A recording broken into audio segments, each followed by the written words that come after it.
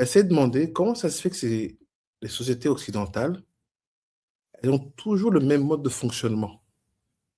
Conquérir, détruire, voler l'histoire des gens, voler leur spiritualité. Et quand ils volent, ils détruisent ce que tu as. Et après, ils te mettent en esclavage. Et après, ils disent, mais et ce système-là se répète depuis des siècles. Il n'y a personne qui fait ça aussi longtemps. Dans ses recherches, elle a remarqué qu'en fait, que la spiritualité de ces peuples-là était vide. Il n'y avait pas de spiritualité. C'est-à-dire que Comme la politique, c'est la même chose. C'est-à-dire qu'il dit, c'est des peuples qui n'ont pas de spiritualité. C'est-à-dire que c'est vide. C'est pour ça qu'il va sauter d'une montagne, il va tenter de vivre des sensations fortes. Il s'en fout parce que pour lui, il n'a pas d'ancêtre. Ça, j'en parlerai un autre jour.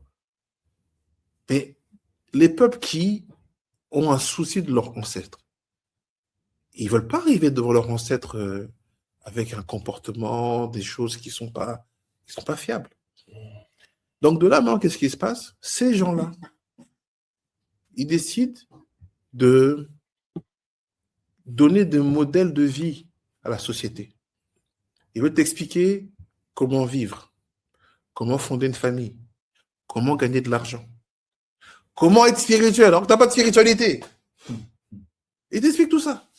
Et la chose qu'ils font le mieux, c'est d'écrire des livres comme Machiavel, comme Mein Kampf, où ils te disent en fait comment tu peux industrialiser ta haine.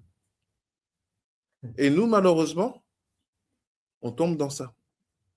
On s'inspire des outils que ces gens-là, qui n'ont pas de spiritualité, font pour gérer des problèmes que nous savons que nous ne pouvons régler que par la spiritualité.